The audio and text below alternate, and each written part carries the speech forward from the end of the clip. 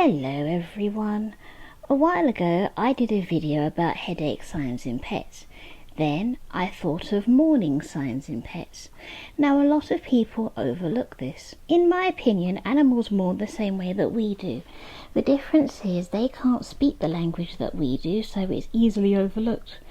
Now my boys here lost the one woman who would exhaust them with play.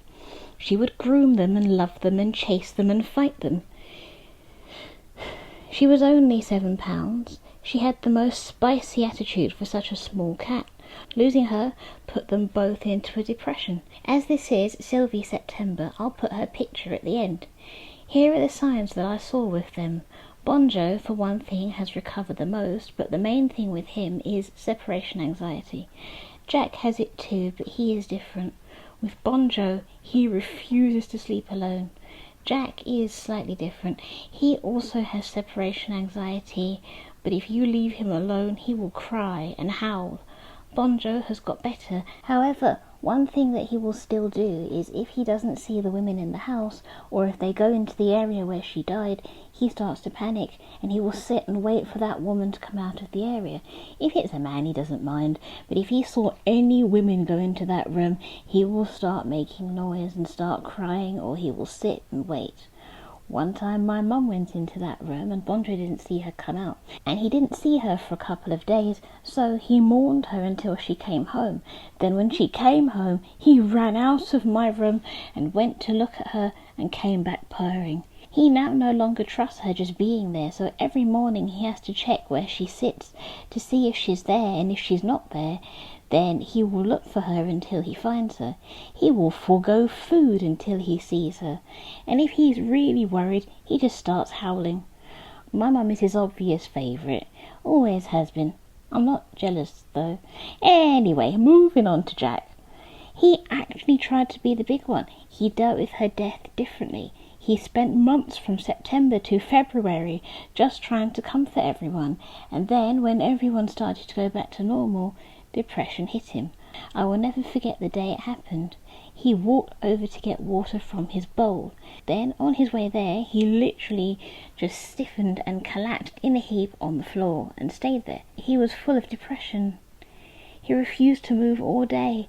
I thought he was sick, and then it hit me that no, the mourning process had hit him. Once I realised, I picked him up and I cuddled him. I knew I was correct because my nan found the blankets that had Sylvie's smell on them. When they were found and brought before the boys, they fell on the blankets. They started to roll all over the blankets and just inhale her smell. Anyway, to break it down, here are the signs that I noticed. The first and most obvious sign is going off their food. Also with the dog, maybe he doesn't want to go on his walks. Also, listlessness. I used to call the dog and he just didn't respond. And this was so out of character for him. Normally, if I called him, he came or looked up. He also stopped eating and so therefore lost a lot of weight. I will say that when we got her ashes back, he perked up. They both did. They both stopped playing because that's what she did to them. She used to play tag with the dog, so he just stopped playing for ages. He did perk up when I got him some new toys, but be warned that if your dog is really depressed, they might be excited for a bit and then it may hit them all over again. Don't be discouraged. They can play when they recover.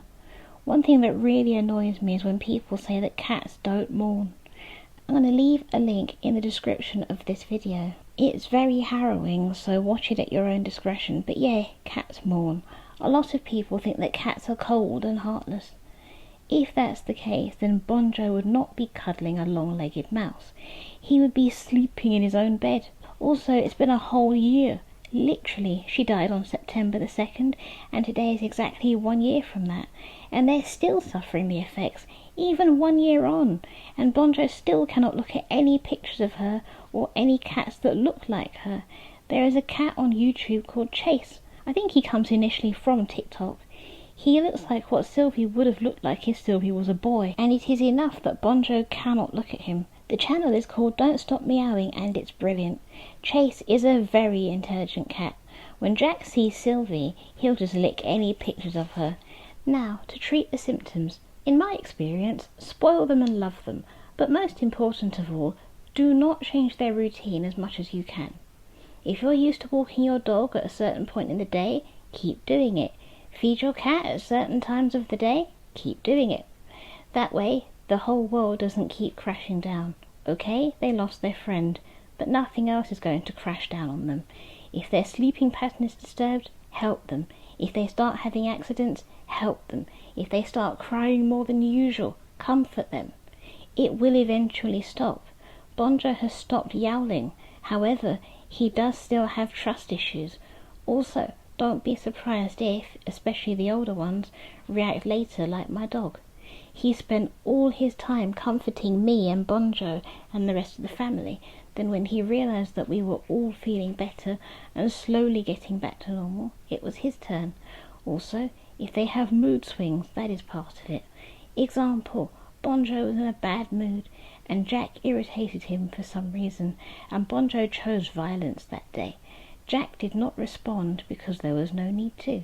He understood that it was not really directed at him and he let it go. He was hissy all the rest of that day, but at the same time Bonjo can't exactly ask and understand what on earth is going on. In the wild they might have some kind of understanding because the body wouldn't disappear. There's no vet, no owners. But this is an indoor domesticated cat. One minute his sister is there, the next minute she's not. I also saw another video about a cat that had been looked after by another cat, and that cat died and she didn't know how to deal with it. She did recover and get rehomed, but it was a long trip. Granted, I just want to let you know that this video is not meant to make everyone sad. However, I think it's a good idea to talk about the signs so that people can understand. One thing that I don't know is if it will be possible for everyone, but if you can, let them see rather than just being the cleanup crew. It will help them understand a lot more. The boys saw Sylvie before she went off to the vet, so to some degree there was an understanding of what's going on. Jack got to pay his respects. I especially think it's important if they are as close-knit as mine are. They will need to know what happened, as it will stop searching for a long time. What I will say is, any pets that actually see the death, they will probably have more trauma than the one who has to deal with just the loss of a friend. What I will say is that yes, this has taken a very long time. However, how long would it take you to get over the death of your best friend or twin? However, some people seem to forget that mourning takes a long time and will say things like, "Aren't you over them yet? Surely you're not still upset about that? That was ages ago." In my opinion, as long as they're not trying to jump into the casket with their dead relative, let them mourn the way they need to. I can also see where Bonjo is coming from. First of all, he and his sister shared a womb. They were adopted together and raised together. They have always been together until September 2021. They had 6 years of their life together, 6 years of a constant companion. If you don't know how to help your pet, just think how you would want to be comforted if it was you. If you would want to be cuddled, cuddle your pet. If you know that being told off would drive you mad, then be patient with your pet. Also, if they are a bit snappy, cuddle them, give them their favourite treats, and try to use negative reinforcement as little as possible. If you can avoid it, great. No one is in their right mind when they're mourning. With Jack, it seems to have really set off his dementia. So with Jack, I just thought about how I would explain to a completely senile old man about his twin sister and how I would help him come to terms with it. With Bonjo, I imagine how I would talk to a little boy who would also have lost his twin, and how I would explain it to him, and how I would deal with the aftermath of both of their reactions. One of them has lost their mind due to old age, and the other one is too young to understand, but is having to be made to understand. Let's just say the old man is in a bad mood, and he started to swear at me and throw things at me. I wouldn't say that the old man is bad. I would, however, say that he's not well, and at some point I would have to comfort him and make him feel better. I will say, though, obviously, as the cat caused harm to the dog, I had to show Jack that I would protect him. That way the dog didn't feel that he had to protect himself. Massage is another brilliant way to relax your pet. I know how to do canine and feline massage, so I will be doing videos on those. Another thing I would say to you is, if possible, try not to get rid of the stuff that belongs to the pet as much as possible. For as long as possible, let them keep it. That smell is now more valuable than diamonds, and with each breath and sniff, it becomes more valuable.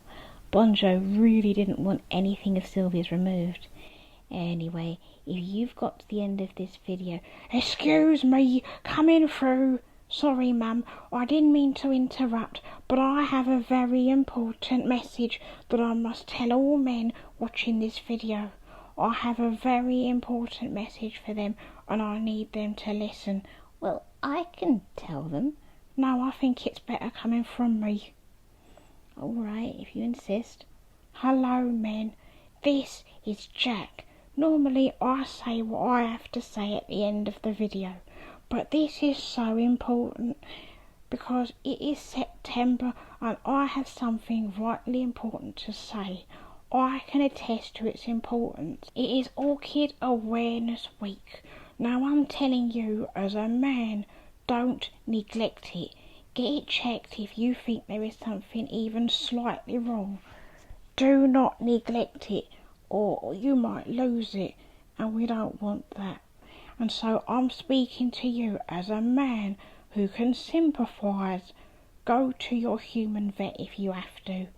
And if you think there's something wrong or if there's something that you need to do, don't put it off and say, oh, it's probably nothing. Yeah, it's normal that it feels like that. Let me tell you, my mum would not let me get away with that. If she thought something was wrong, she would take me right down to the vet, even if I went kicking and screaming, because she loves me. Now, speaking man to man, don't be a hypochondriac about it. Go if you need to. Get a checkup if you need to. If you think there's anything wrong down there, get it checked out, because I'm telling you, as a man, I would not want to have any problems. Now, I'm going to pass back to me mum so she can say her goodbyes. Remember what I said, and I'll probably see you next year. Back to mum. On that note, if you're still here, say it with me now, from the stomach. You're handsome, and you're beautiful, and you, well, I'm speechless. I'll let you know next time I see you. Over to the pets. Hello all, this is Sylvie. If you liked what you saw, then subscribe for more. Hey everyone, my name's Bonjo. If you enjoyed yourself, then give it a thumbs up and share it with all your friends. Hi everybody, I'm Jack, and if you had fun, then comment down below and let my mum know what's the craziest thing you've ever done.